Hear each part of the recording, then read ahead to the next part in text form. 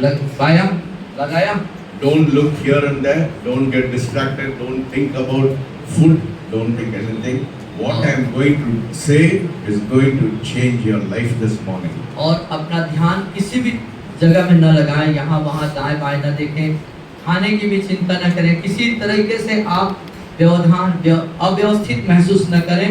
आज का जो संदेश है आपके लिए बहुत ही फायदे के लिए है, आपके आत्मिक जीवन के लिए। How many of you want to see revival in your own places? और आप में से कितने लोग आप जहां से आते हैं आपके स्थान में जागृति देखना चाहते हैं?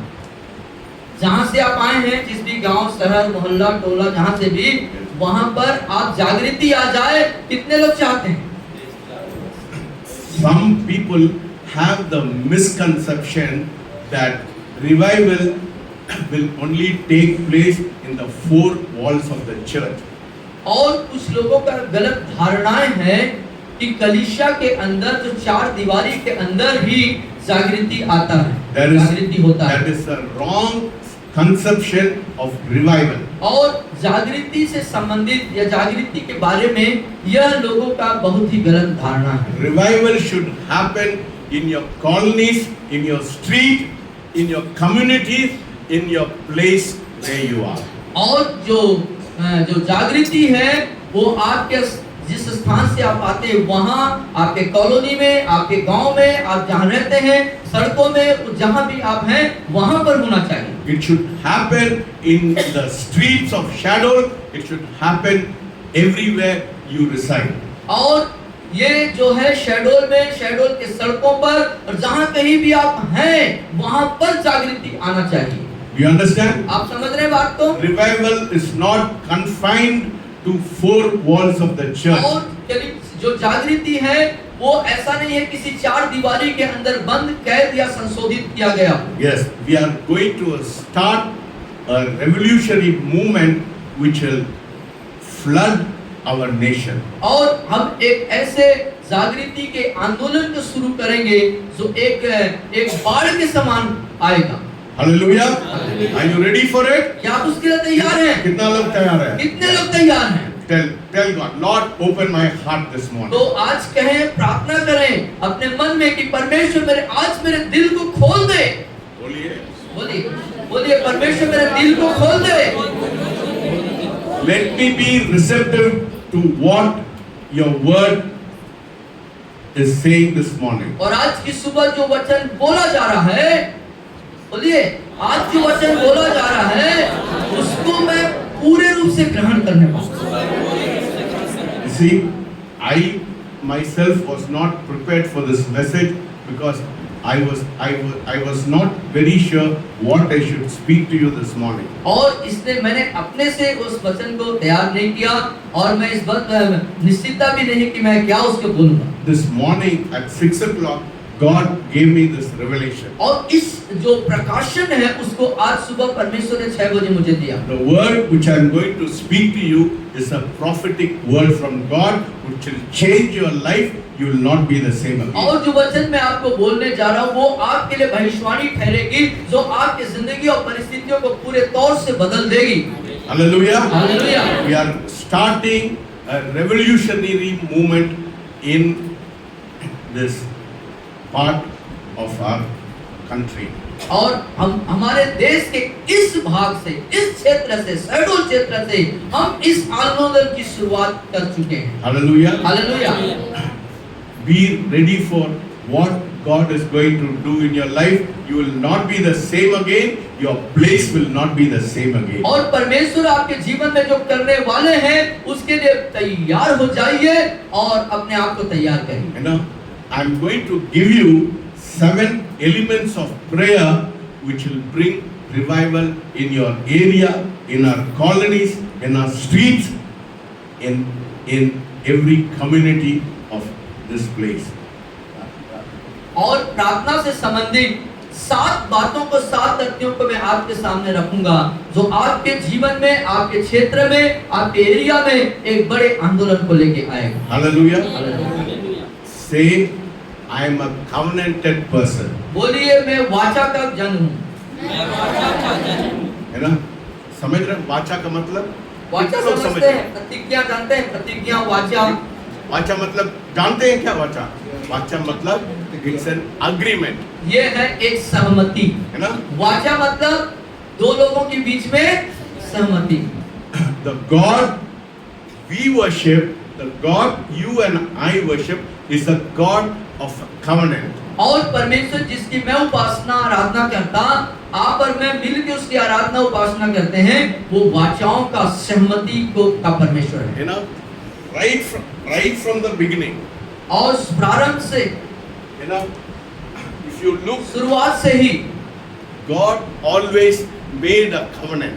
परमेश्वर ने हमेशा वाचा बांधी, You know, and the covenant was made with blood. और जो वाचा है वो लहू के द्वारा से स्थापित You know, हुआ। that is how the covenant is made. और यही वो तरीका था जो वाचा को बनाया गया। You know, God makes a covenant with His people so that you and I, when we follow this covenant, we will be blessed in our life. और परमेश्वर ने इस वाचा को आपके मेरे लिए इसलिए बनाया कि जब हम इसका अनुसरण करेंगे, पालन करेंगे, तो हम आशीषित होंगे। You know, one of the covenant God made with Abraham. और एक जो वाचा है, जो परमेश्वर ने अब्राहम से वाचा बांधी थी। So let us turn to Genesis उत्पत्ति के पुस्तक में आए हम, chapter 15, उसके 15वें अध्याय में verses 9, 10, 12, 17 and 18. और आपके उसमें whatever we have given you, you can refer that. Yeah. 15, You also take a paper so that it will be easy for you. 9, 15, yeah. God made a covenant with Abraham. और परमेश्वर ने Abraham के साथ में वाचा बांधी। You know, I told you, covenant is made with blood. और मैं आपसे कह चुका हूँ, जो वाचा है वो लहू पर बांधा गया था, लहू के अनुसार बांधा गया था। You know, in the Arab nation, कितना लोग जानते हैं Arab nation? Arab In the देश Middle East. कितने लोग जानते हैं? कितना लोग जानते हैं Arab? अरब देश कितने लोग, सऊदी अरब कितने लोग जानते हैं? जानते हैं सब लोग Arab. Yeah. In the Middle East, they always make a covenant between two people. You know how they make that covenant? अब मध्य पश्चिम के देशों में जो वाचा बांधी जाती है लोगों के बीच में, कैसे बांधते हैं मालूम है? The strong person makes a covenant with a weak person. You know how they do it? They cut their hand, and with the knife, the blood will come. Both of them, they cut it with their knife, blood will come, and they join the blood. और वहां पर क्या होता है, एक बलवंत व्यक्ति कमजोर व्यक्ति के साथ में वाचा बांधता है, और वाचा ऐसा होता है कि बलवंत व्यक्ति अपने हाथ को चाकू से यहाँ काटेगा, और कमजोर वाला व्यक्ति भी ऐसे हाथ से काटेगा चाकू, और दोनों के लहू को ऐसे मिलाया जाता है, मतलब दोनों सहमति एक सहमति को बना। It means they have come to an agreement. मतलब वो सहमति में आ गए, वाचा में एक साथ आ They गए, have come to an agreement that they will not break that covenant between themselves. और वो वाचा बांधते हैं, जिस भी विषय पर वो वाचा बांधते हैं, उस वाचा को वो कभी नहीं तोड़ेंगे अपने से। The stronger person will say, I will protect you from everything, I will protect your family. और जो मजबूत व्यक्ति, बलवंत व्यक्ति है, वो कमजोर व्यक्ति को ये बोलते हुए वाचा बांधता है कि हर एक बातों में मैं तुझे सुरक्षा दूंगा और तुझे सब कुछ दूंगा। So God wanted to make a covenant with Abraham. तो परमेश्वर अब्राहम से वाचा बांधना चाहता था। Hallelujah. Hallelujah. Do you agree? आप तैयार हैं? सुन Coffee रहे हैं? मत देखिए, and what I am saying is very important. Look at me. और आप कॉफी जरूर लीजिए, लेकिन बातों पर विशेष ध्यान दें। See, so God made a covenant with Abraham. और परमेश्वर ने अब्राहम के साथ वाचा बांधी। So what did God say? I told you, covenant will always will be made with the blood. और मैं आपसे इस बात को बोल चुका, जिसे आप ध्यान रखेंगे, हमेशा जो वाचा है वो लहू के द्वारा से बांधी जाती है। So let us turn to Genesis chapter 15, तो आइए verses 15 अध्याय उत्पत्ति के पुस्तक को निकालेंगे, 9 and 10 पढ़िए। 9 और 10 पद को हम देखेंगे जहाँ इस तरीके से लिखा है, ध्यान से सुनिएगा। यहोवा ने उससे कहा, मेरे लिए 3 वर्ष की एक कलोर और 3 वर्ष की एक बकरी और 3 वर्ष का एक मेढ़ा और एक पंडूक और कबूतर का एक बच्चा ले। इन सबों को लेकर उसने बीच से 2 टुकड़े कर दिए और टुकड़ों को आमने सामने रखा, पर चिड़ियों के उसने टुकड़े नहीं किए। समझ रहे? समझे? See, I think you're not listening very properly. Yeah. Don't जल्दी दे दीजिए। डिस्टर्ब होता हम्म? है, डिस्टर्ब होने लगा ना, डिस्टर्ब हो जाता है। सबका ध्यान इसमें सब है। I don't want you to be disturbed. I want you to concentrate on what I am saying. This is very important. आप किसी भी रीते डिस्टर्ब न होइए, आप बिना जल्दी खत्म करिए, 2 सीट में खत्म कर दो, 2 सीट में खत्म करो और पूरी ध्यान, पूरी एकाग्रता यहाँ लगाएं।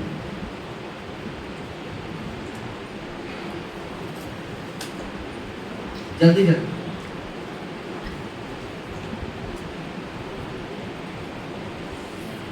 आराम से पिए, कोई दिक्कत नहीं है। इसको फिर से हाँ, नहीं, स्टॉप मत करो। कोई दिक्कत नहीं। वो बीच में इकट्ठा हो जाता है, ठीक नहीं होता।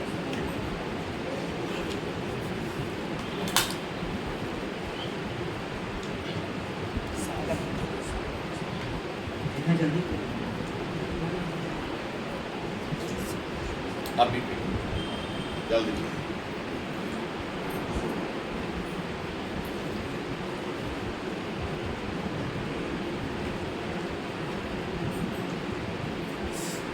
सब लोग पी लिया? हाथ उठाइए, कितना लोग नहीं पिया?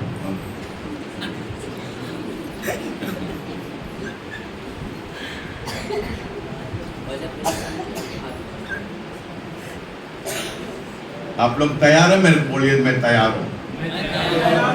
Okay, fine. Okay, now ready. Okay.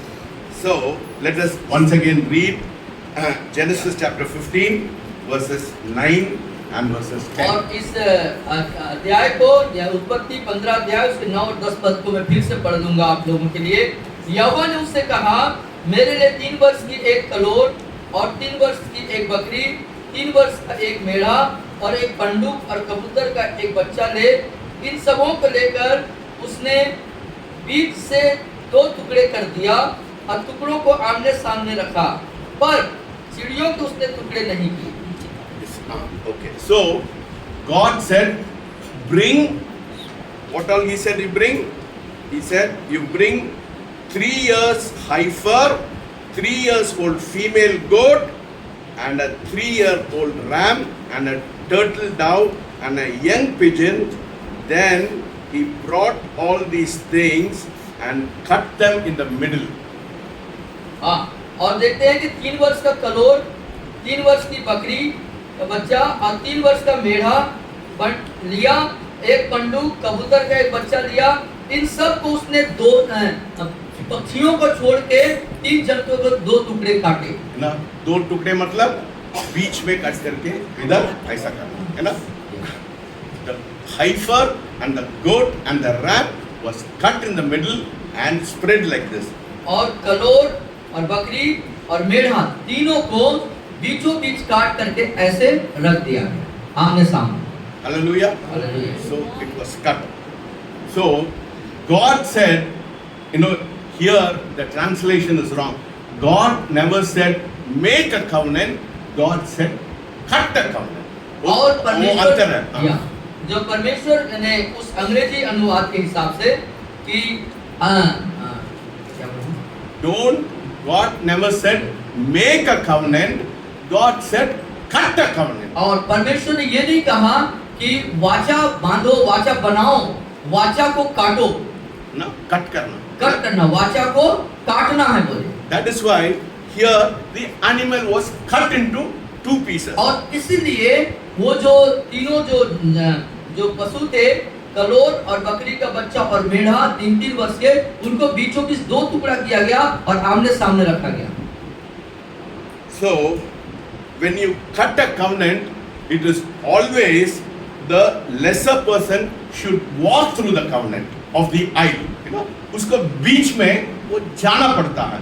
और जब उसको जब दो भागों में काटा जाता है, आमने सामने रखा जाता है, तो व्यक्ति को वहां बीच से गुजरना होता है ना. He should proclaiming the promises of God and saying the agreement between two parties. और आप उस बीच से प्रतिज्ञा की बातों को याद करते हुए, बोलते हुए वहां से आपको जाना होता है. And also tell that if I break that covenant, may I should be cut into pieces like the animal. और ये बोलते हुए वहां से जाना है, यदि मैं प्रतिज्ञा को तोड़ता हूँ, वायदे को तोड़ता हूँ, वहां से जाते हुए, तो मैं क्या हो जाऊंगा, इन पशुओं के समान मेरे भी दो टुकड़े हो जाएंगे. If I break the covenant, ये बात बोलते हुए वहां से, यदि मैं ऐसा बोलते हुए जाना है वहां से, बीच में जाना है.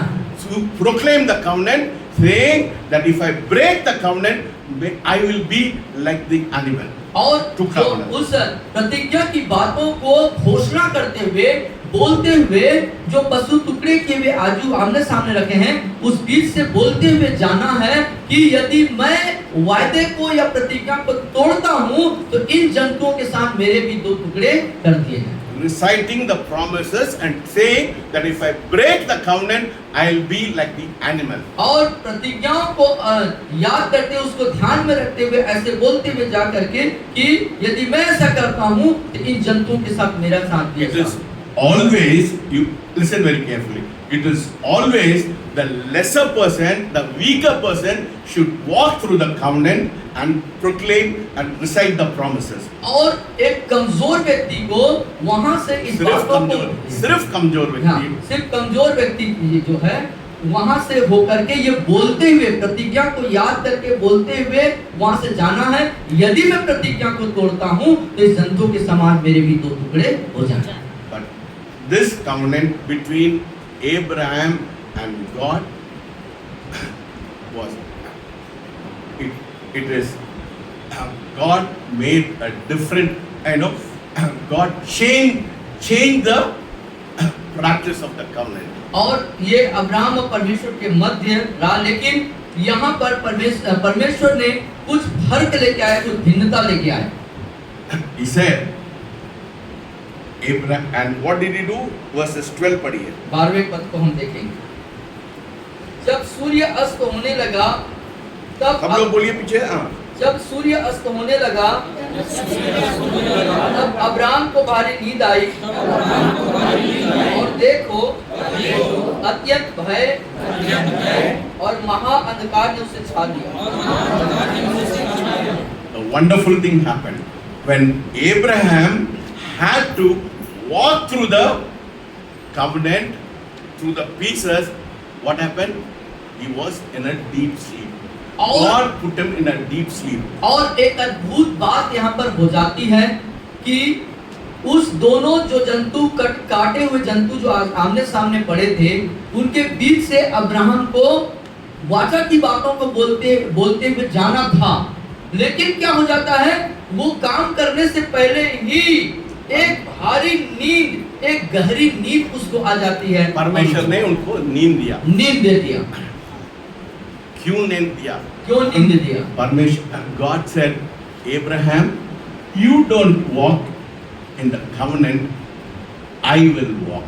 और परमेश्वर ने उसको भारी नींद, गहरी नींद इसलिए दे दिया और कहा कि अब्राहम, तुझे उसके बीच से होके जाने की जरूरत नहीं है, तेरे बदले में मैं उसके बीच से होके जाऊंगा. Verses 17 पढ़िए. और उसके बाद हम 17वीं आयत में देखेंगे. और ऐसा हुआ कि जब सूर्य अस्त हो गया और घोर अंधकार छा गया, तब एक अंगीठी जिसमें से धुआं उठता था और एक जलती हुई मसाल दिखाई दी, जो उन टुकड़ों के बीच में से होकर निकल गई. Hallelujah. The Lord put Abraham to sleep. He appeared like fire. he went through the covenant. और परमेश्वर ने अब्राहम को गहरे नींद में डाल करके स्वयं परमेश्वर एक छोटे आग बन करके उस बीच से होके गया। And he said, और उसने कहा, Abraham, Abraham, if you break the covenant, यदि तुम इस वादा को, वाचा को तोड़ते हो तो I will be broken into pieces. मैं 2 टुकड़ों में काट डाला जाऊं। समझ रहे हैं बात? परमेश्वर कह रहे हैं ऐसे अब्राहम से। है ना? God put Abraham to sleep and God walked through the covenant. When God appeared and passed through the pieces, walking instead of Abraham walking through the covenant. और परमेश्वर ने उसे भारी नींद में डाला और परमेश्वर स्वयं एक आग बन करके अब्राहम को जो चलना था उसको न चला करके स्वयं परमेश्वर उन टुकड़ों के बीच से चला गया। God said, Abraham, if you break the covenant, और I will be broken into pieces. और परमेश्वर ने कहा अब्राहम से, अब्राहम यदि सब वादा को, वाचा को तोड़ते हो तो मैं 2 टुकड़ों में काट डाला जाऊं। समझ रहे हैं बात? समझ रहे हैं इस बात को? परमेश्वर ने क्या किया, है ना? And what happened? We broke the covenant. लेकिन और क्या होता है, वादा को कौन तोड़ता है, वाचा को कौन, हम वाचा को तोड़ देते हैं। हम लोग तोड़ दिया। हमने तोड़ दिया, We broke the covenant. हमने वाचा को तोड़ दिया। इसलिए 2000 years back, Jesus was made into pieces to die for you and for me. और इसीलिए 2025 वर्ष पहले यीशु मसीह 2 टुकड़ों में हमारे लिए कट हो गया। समझ रहे हैं? But instead of you walking the covenant, God walked the covenant. God said, if you break the covenant, I will be made into pieces. It happened 2000 years back. Jesus was made into pieces when you and I broke the covenant. और जहाँ पर हमको cut होना था, जहाँ से हमको जाना था, परमेश्वर स्वयं उस कार्य को किए। 2000 वर्ष पूर्व यीशु मसीह जो हैं इस जगत में आ करके हमारे लिए, हमारे बदले में, हमारे पापों के बदले में जो है 2 भागों में कट होकर के बलिदान हुए। The first prayer and the first key for revival is praying with a covenant with God. और पहली जो प्रार्थना करना है, पहले जो प्रार्थना को करना है वो उस वाचा के तहत जागृति के लिए प्रार्थना करना। Hallelujah. Hallelujah. The first element of prayer is the covenant you have with the living God. परमेश्वर के साथ जो आपका वाचा है, जो प्रतिज्ञा है, उसके लिए प्रथम प्रार्थना करनी। You said, Lord, I want a revival because I am a covenanted person. और परमेश्वर से कहना है, परमेश्वर को कहिए, परमेश्वर को बोलिए, you tell God, we are in a covenant and that is why I want revival. परमेश्वर से कहना है, बोलना है कि मैं जागृति चाहता हूँ प्रभु, क्योंकि मैं वाचा का आदमी हूँ। क्योंकि मैं वाचा से बंधा हुआ हूँ। I am a covenanted person. मैं वाचा का व्यक्ति हूँ। So that is the first key for revival. और ये है पहला कुंजी जागृति के लिए। The second key for revival. और जागृति के लिए दूसरा कुंजी, It's the prayer of intercession. और ये मध्यस्थता का प्रार्थना होना चाहिए। Let us turn to Exodus chapter 32. और 32 अध्याय निर्गमन की पुस्तक, Exodus 32. First we read 11. 11वीं आयत, Yeah. 32 अध्याय उसकी 11वीं आयत निर्गमन की पुस्तक में देखते हैं। मैं पढ़ रहा हूँ आपके लिए 11वीं आयत, सब निकाल लिए? 32 अध्याय निर्गमन की पुस्तक 11वीं आयत। तब मूसा अपने परमेश्वर यहोवा को यह कह के मनाने लगा, हे यहोवा, तेरा कोप अपनी प्रजा पर क्यों भड़का है, जिसे तू बड़े सामर्थ और बलवंत हाथ के द्वारा मिस्र देश से निकाल लाया। See, that is the prayer of intercession. और ये है मध्यस्थता की प्रार्थना। Who sinned against God? और परमेश्वर के खिलाफ है। कौन खिलाफ की? परमेश्वर के खिलाफ कौन परमेश्वर पाप के किया? खिलाफ कौन पाप किया? The people of Israel. इस्राएली लोग परमेश्वर के खिलाफ में पाप किए। But who was praying the prayer of intercession? लेकिन उनके लिए मध्यस्थता का प्रार्थना कौन कर रहा है? Moses was praying, है ना? Moses was praying. He said, what? सब लोग पढ़िए उसको. उसको सब लोग मिल के पढ़ेंगे. स्टार्ट करते हैं. तब मूसा अपने परमेश्वर यहोवा को यह करके मनाने लगा, ये यहोवा, तेरा कोप अपने प्रजा पर क्यों भड़का है, जिससे तू बड़े सामर्थ्य बलवन्त हाथ के द्वारा मिस्र देश से निकाल लाया है. So that was the prayer of Moses. What was the second prayer of Moses? और दूसरा, ये दूसरी प्रार्थना है. 32 पढ़िए. या हाँ, Exodus 32 पढ़िए. और 32 हम निकालें. 32 उसी पुस्तक की, उसी उसमें. तो भी अब तू उनका पाप क्षमा कर, नहीं तो अपनी लिखी हुई पुस्तक में से मेरे नाम को काट दे. कितने लोग समझ निकाल लिए 32? तो भी तू एक साथ पढ़ेंगे. तो भी अब तू उनका पाप क्षमा कर, नहीं तो अपनी लिखी हुई पुस्तक में से मेरे नाम को काट दे. That is the prayer of intercession. ये है मध्यस्थता का प्रार्थना. है ना? What did Moses say? If you do not forgive, take my name from the book of life. और मूसा क्या विनती करता है परमेश्वर से कि यदि आप उन लोगों को क्षमा नहीं करेंगे तो उस किताब से, जीवन के किताब से मेरे नाम को काट दें. You see, that kind of prayer only will bring revival. और इस तरह की प्रार्थना ही जागृति लेके आ सकता है. दूसरों को पापों को हम लोग क्षमा मांगना.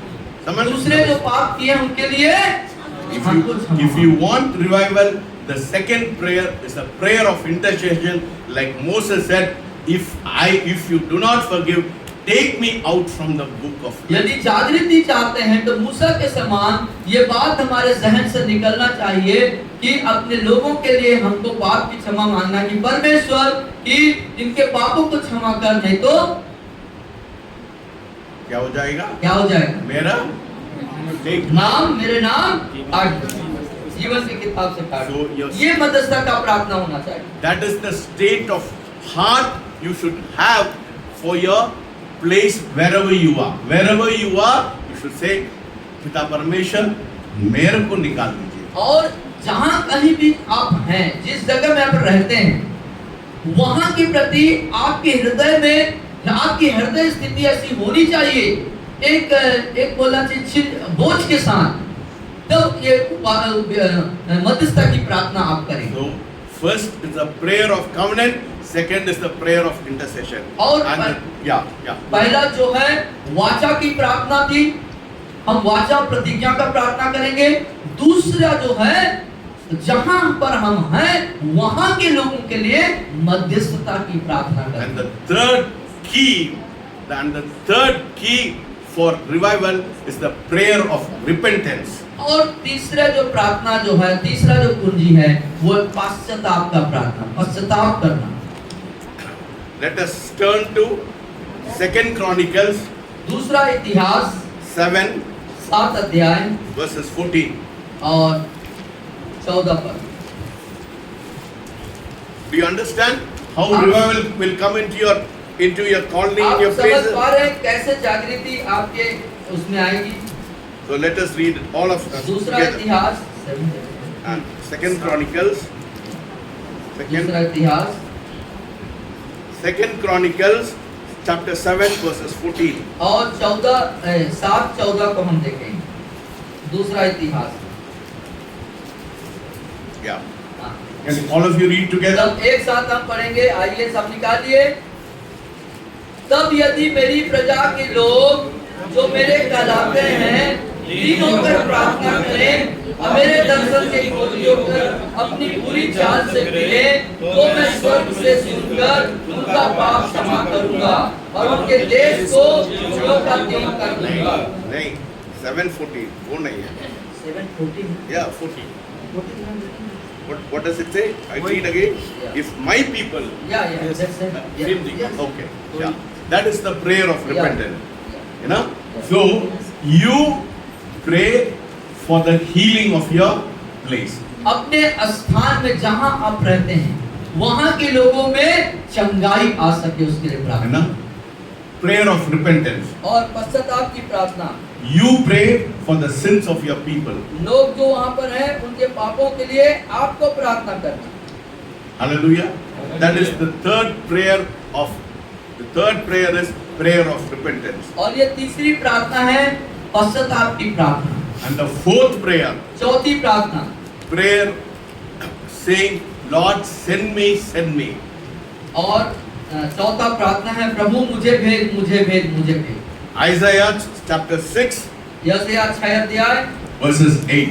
और उसकी 8वें पद, 6 अध्याय 8 पद, यशायाह नबी की पुस्तक Yeah, पढ़िए. निकालिए। 6वीं आयत में देखते हैं।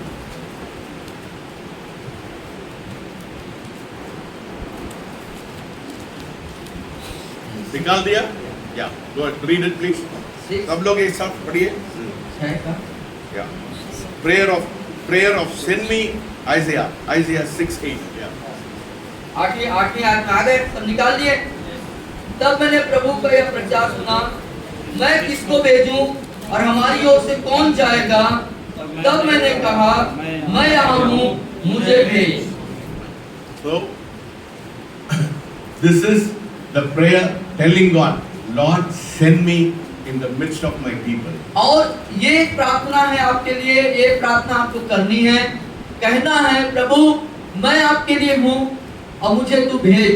तो जिस जगह में आप हैं वहां पर परमेश्वर आपको भेजेगा वहां के लोगों के लिए। Hallelujah. Hallelujah. Prayer of covenant, वाचा का प्रार्थना, prayer of intercession, मध्यस्थता की प्रार्थना, prayer of third क्या है? Yeah, prayer of repentance, fourth prayer send me, and the और yeah, चौथा जो प्रेयर है वो है कि मुझे भेजने के लिए। and the fifth prayer, और पांचवा जो प्रार्थना, prayer of standing in the gap. और बीच में मध्यस्थता में मध्य में खड़े होकर के प्रार्थना करना, बीच में खड़े होकर प्रार्थना करना। Ezekiel 22 22 अध्याय एजेकियल नबी की पुस्तक verses 30. 30 Yeah. उसके 30 पद को देखो। 22 अध्याय एजेकियल 22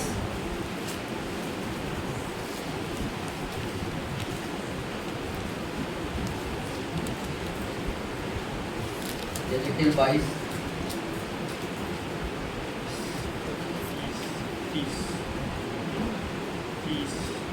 निकाल दिया? सब लोग एक साथ पढ़े, एक साथ पढ़े।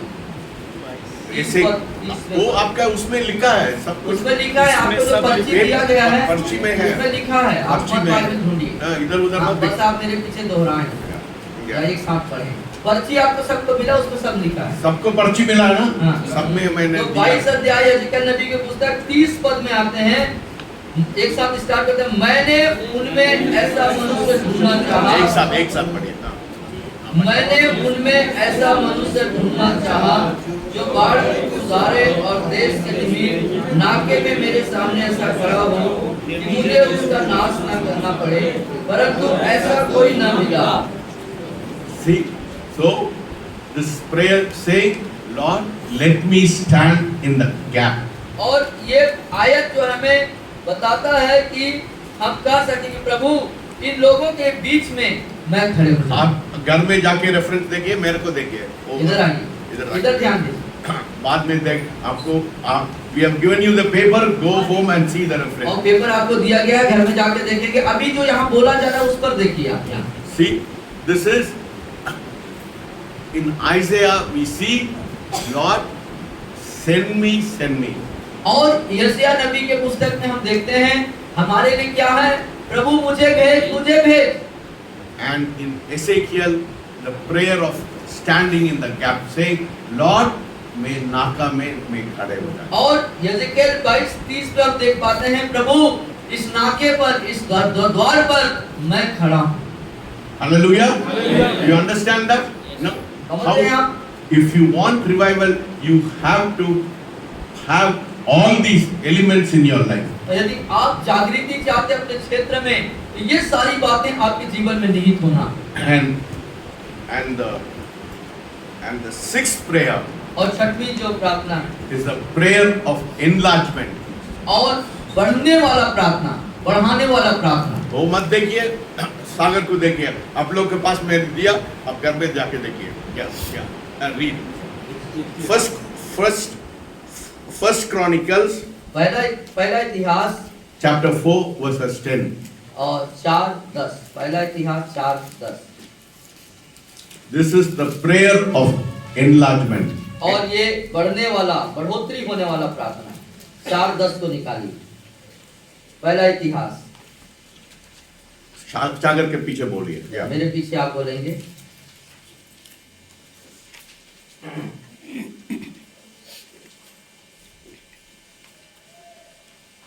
याबेस ने इस्राएल के परमेश्वर को यह कहकर पुकारा, भला होता कि तू मुझे सचमुच आशीष देता और मेरा देश बढ़ाता और तेरा हाथ मेरे साथ रहता और तू मुझे बुराई से ऐसे बचा रखता कि मैं उससे पीड़ित न होता। और जो कुछ उसने मांगा वो परमेश्वर ने उसे दिया। What did Jabez pray? Enlargement. और याबेस की प्रार्थना क्या थी? मेरे देश को बढ़ा। है ना? That should be a prayer. ये आपकी प्रार्थना होनी चाहिए। Tell God, Lord send me, Lord send me, Lord I want to stand in the gap, Lord enlargement and मेरे जगह को बढ़ा दीजिए। तो प्रभु से प्रार्थना करें कि प्रभु मुझे तू भेज और मैं नाके के द्वार पे खड़ा होना चाहता हूँ और मेरे देश को, मेरे जगह को, मेरे स्थान को तू बढ़ा दे। You should pray in this order. और इसी सिद्धांत, इसी नियम से आपको प्रार्थना करना। First covenanted prayer, पहले वाचा का प्रार्थना होना है, then prayer of intercession. उसके बाद मध्यस्थता की प्रार्थना होना है। Lord, if you do not forgive, take me out of the book of life. कि प्रभु यदि तू मेरे लोगों को क्षमा नहीं करेगा तो मुझे जीवन की किताब से हटा दे। That is intercession. You have to have a burden for the souls. और That is ऐसी मध्यस्थता की प्रार्थना की जो आत्माएं हैं उनके प्रति आपके हृदय में बोझ हो। And the third prayer of repentance. If my people who are called by my name humble myself, हम लोग we should humble us. और तीसरा जो प्रार्थना है नम्रता, अपने आप को नम्र और दीन करके लोगों के लिए प्रार्थना करना। Then Lord send me, मैं तैयार हूँ। उसके बाद कहना है प्रभु मैं आपके लिए तैयार हूँ, आप मुझे भेजिए प्रभु, मैं आपकी सेवा के लिए तैयार हूँ। And the fourth, Lord, I want to stand in the gap. और चौथा, प्रभु से कहना है मैं इन लोगों के बीच में, इन लोगों जो मनुष्य हैं, जो लोग हैं उनके और परमेश्वर के बीच में मैं खड़ा हूँ। And the sixth prayer, Lord, enlargement. और जो छठवीं जो प्रार्थना है वो ये कि मेरे देश को, मेरे कॉलोनी को, मेरे मोहल्ले को, मेरे गांव को, मेरे क्षेत्र को बढ़ाओ। And the seventh prayer और सातवीं जो प्रार्थना is the prayer of revival. जागृति की प्रार्थना। Hallelujah. हालेलुया। समझ रहे हैं? बात समझ रहे हैं? है ना? Revival कैसा आएगा? जागृति कैसे आएगा? समझ रहे हैं? Make all these prayer. The seventh prayer is the prayer of revival. और जो सातवीं प्रार्थना है वो जागृति की प्रार्थना है। How should you pray? कैसे आपको प्रार्थना करना You चाहिए? should pray like John Knox. और जॉन नॉक्स के समान आपको प्रार्थना करना चाहिए। Give me Scotland or I die. और स्कॉटलैंड को मुझे दे दे प्रभु, नहीं तो मैं मर जाऊं। समझ रहे है ना? मेरे को दमेड़ी दे दो और मैं क्या करेंगे? अपने अपने गांव, अपने अपने कॉलोनी का नाम लेके बोलना है ना? कि मुझे रेलवे कॉलोनी दे प्रभु, नहीं तो मेरे कोतमा दे दो, मेरे को कोतमा दे दो, मेरे को पुराना बस्ती दे दो, पुरानी बस्ती दे दो, मैं मर जाऊंगा। मैं मर जाऊंगा। Give me Scotland or I die. और उसने प्रभु के दास ने कहा था मुझे स्कॉटलैंड एक देश का नाम है, उसे मांगा, मुझे दे दे नहीं तो मैं मर जाऊंगा। और pray like praying Hyde, John Hyde. You know how he prayed for Punjab? और जॉन हाइट जिसका नाम प्रेइंग हाइट बन गया, जिसने पंजाब के लिए कैसी प्रार्थना करी थी? Give me soul or I die. मुझे आत्माओं को दे प्रभु, नहीं तो मैं मर जाऊंगा। This should be our cry for our places.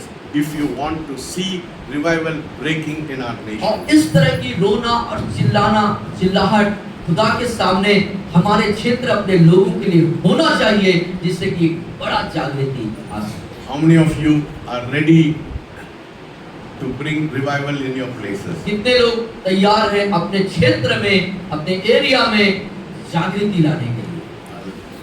Hallelujah. You have to pray with a burden and pray in such a way God will bring a breakthrough.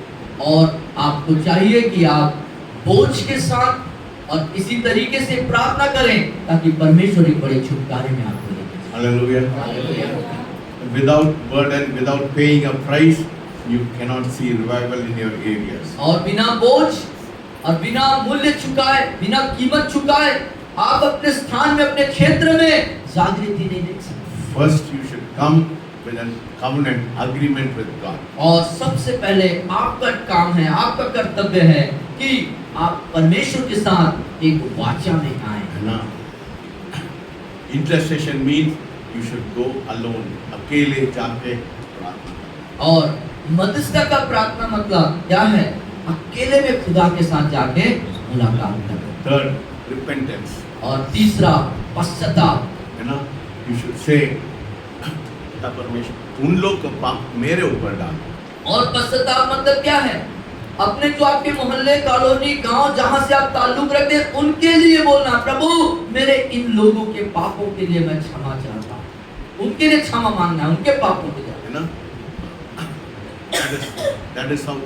That is the prayer of repentance. ये है पश्चाताप का है प्रार्थना। ना? If my people who are called by my name will humble themselves, then God says, I will heal the land. आपका जगह परमेश्वर को चंगा करना है, फिर आप लोग क्या करना? नम्रता से humble yourself, tell God, Lord, forgive the sins of my people. Then God will answer your prayer. और उस वचन के अनुसार दूसरा इतिहास 7:14 के अनुसार कि कहाँ क्या बोलता है वहां पे कि मेरे लोग जो मेरे कहलाते हैं जब वो नम्र और दीन होकर के मुझसे अपने पापों से मुंह मोड़ करके मुझसे प्रार्थना करेंगे तो मैं उनके देश को क्या करूंगा? क्षमा करूंगा। Then you तो said, वही आचरण, उसी स्वभाव, उसी हृदय स्थिति में हमको परमेश्वर के सम्मुख आना है, नम्र दीन होकर के, तब हमारी प्रार्थना करो। then you said, Lord, I am ready to go. और तब उसके बाद जब ऐसा माहौल आपकी जिंदगी में तैयार होता है तब आप कह सकते हैं परमेश्वर मैं आपके लिए तैयार हो जाने के लिए। Hallelujah. Hallelujah. And then you say, Lord, मैं दमड़ी के लिए नाका में मैं खड़ा हूँ। तब आप कह सकते हैं अपने गांव का नाम लेके, चाहे वो दमेड़ी हो, चाहे चांपा हो, कुतरी हो, कहीं पर भी हो, प्रभु मैं नाके पे खड़ा हूँ, द्वार पे खड़ा हूँ। समझ रहे हैं बात? समझ रहे हैं बात? कितनी गंभीर बात। जागृति कैसे आएगा? जागृति कैसे आएगा आप समझ पा रहे है हैं? ना? Unless and until you stand in the gap, unless until you go, there is no one will go to your place. और जब तक कि आप खड़े नहीं होंगे वहां के लोगों के लिए, जब तक कि आप उनके लिए नहीं जाएंगे, कोई दूसरा नहीं जाएगा। So I cannot go to your place and I cannot go to your place. आपके स्थानों में, आपके स्थानों में मैं नहीं जा सकता, लेकिन आपके स्थान के लिए आप चुने गए हैं, आपको खड़ा होना होगा, आपको जाना होगा। Hallelujah. God has put you in that place so that you have to go and you have to stand in the gap. और परमेश्वर ने उस स्थान में आपको चुना है, आपको वहां से खड़ा किया है, आपको जाना है, आपको कार्य को करना है। Hallelujah. Hallelujah. It is not sufficient to pray like that, but pray for an enlargement. God should bless the work of your hand. और यहीं पर बात खत्म नहीं होती, उतना ही पर्याप्त नहीं है, लेकिन हमारी प्रार्थना और जोर पकड़ती है। हमको कैसे प्रार्थना करें? प्रभु मेरे देश को बढ़ा, मेरे गांव को बढ़ा, मेरे जिला को बढ़ा, मेरे क्षेत्र को बढ़ा। It is not enough to stand in the gap. It is not enough to say, Lord, I go, but you should ask God to bless your work. और उस बीच में मध्यस्थता में खड़ा होना या मुझे भेज करके कहना, इतना बोलना ही पर्याप्त नहीं है, परंतु ये भी प्रार्थना करना है कि प्रभु मेरे कॉलोनी को, मेरे गांव को, मेरे नगर को, देश को बढ़ा। Hallelujah. We are the one who can spread the word of God in our areas. और हम ही वे लोग हैं, हम ही वो लोग हैं जो वचन को अपने लोगों के बीच में फैला सकते हैं। That is why God has brought you into this place to tell you, I am sending you Gokul, I am sending you Dayaram. और इसीलिए परमेश्वर ने आपको एक खास अवसर के तहत इस जगह में लाया है और मैं आपको जागृत करके आपको भेज रहा हूँ आपके क्षेत्र में। Because only you can go to the place where you live. क्योंकि जहाँ पर आप रहते हैं उस स्थान में सिर्फ आप ही जा सकते हैं, Nobody else can go. कोई दूसरा नहीं जा सकता। You have to be ready to go. आपको तैयार होना है जाने के लिए। And you should pray in such a way that Lord, मैं मर जाऊंगा, मेरे को आत्मा मिले। और आपको ऐसा प्रार्थना करना है कि प्रभु मेरे परमेश्वर मेरे को इन आत्माओं को दे, नहीं तो मैं मर सकूंगा। That is the highest form of prayer. ये है प्रार्थना का सबसे उच्च स्तर का No, it तरीका। shows you have a burden for the kingdom of God. और इस तरह की प्रार्थना जब आप करते हैं तो ये दिखाता है कि परमेश्वर के राज्य के प्रति आपके अंदर कितना बोझ है। How many of you are ready? कितने लोग तैयार हैं प्रभु के लिए जाने के लिए? Is this word blessed you this morning? क्या आज का वचन से आप आशीषित हुए आज की सुबह? Will you make a determination to see revival in your area? क्या आपके क्षेत्र में एक जागृति आए, उसको होने के लिए आपने क्या संकल्प लिया अपने दिल के अंदर? God is looking for you. God is looking for people whom to see. God does not send an angel. परमेश्वर स्वर्गदूतों को नहीं भेजेगा। God will not come. God is, Jesus is sitting on the throne. और उस सिंहासन पर यीशु बैठे हैं। On His behalf, you are the body, He's the head, and you are the body. You have to go. और वो हमारा सिर है और हम उसके शरीर हैं। हमको जाना है। You have to go. आपको जाना है। But He'll give you the power to go. वो उसके बदले में आपको जाना है और वो आपको सामर्थ प्रदान करेगा। Hallelujah. हालेलुया। खड़े होकर प्रार्थना करें। सब खड़े हो लोग जाइए। पूरा मन से, और पूरे मन से यह मध्यस्था प्रार्थना। We ये are going to pray. जो बातें आज Yes. आपने इस बातें जो आपने Yes. सुना है जितने भी We have not been praying much, but I want every one of you to pray. I want everyone. आप सब आप में से हर एक जन पूरी संजीदगी के साथ सब लोग प्रार्थना पूरा दिल से सब लोग Yes. Yeah. सब लोग आवाज उठा के शैतान भी सुन रहा है, तो स्वर्गदूत भी सुन रहा है, परमेश्वर भी सुन रहा है। आवाज उठा के बोलिए, मैं आपका इलाका के लिए बोलिए, दूसरा नहीं, आपका इलाका है। क्षेत्र का नाम लेकर के अपने एरिया को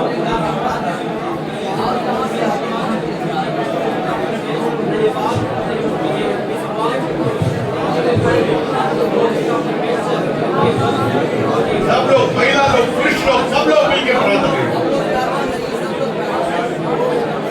परमेश्वर इसलिए आपको इधर बुलाया, सब लोग को बुलाया मध्यस्था प्रार्थना करने के लिए, वो नाके में खड़े होने के लिए, वो जाने के लिए परमेश्वर को बुलाया, परिशुद्ध करने के लिए परमेश्वर को बुलाया।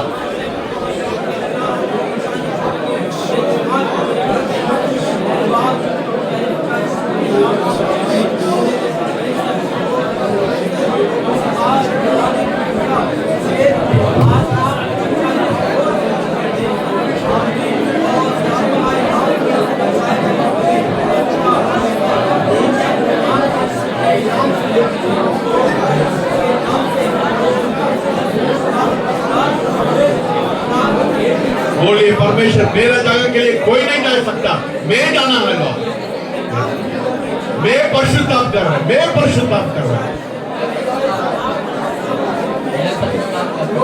मेरे जगह के लिए, मेरे शैडोल के लिए, मैं मेरे शैडोल संवाद के लिए वो प्रभु हम पश्चाताप करते हैं, मैं पश्चाताप करता हूँ, मेरे इस एरिया के लिए मैं पश्चाताप करता हूँ, आसपास के गाँव के लिए, मोहल्ले के लिए, शैडोल के एक कॉलोनी के लिए मैं पश्चाताप करता हूँ।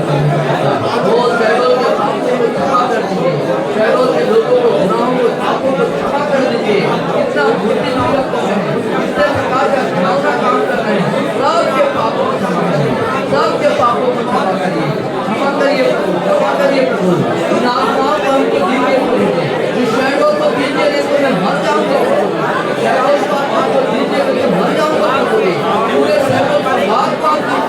मध्य प्रदेश को दीजिए, भारत को दीजिए प्रभु जी, ये तो मैं भर जाऊँ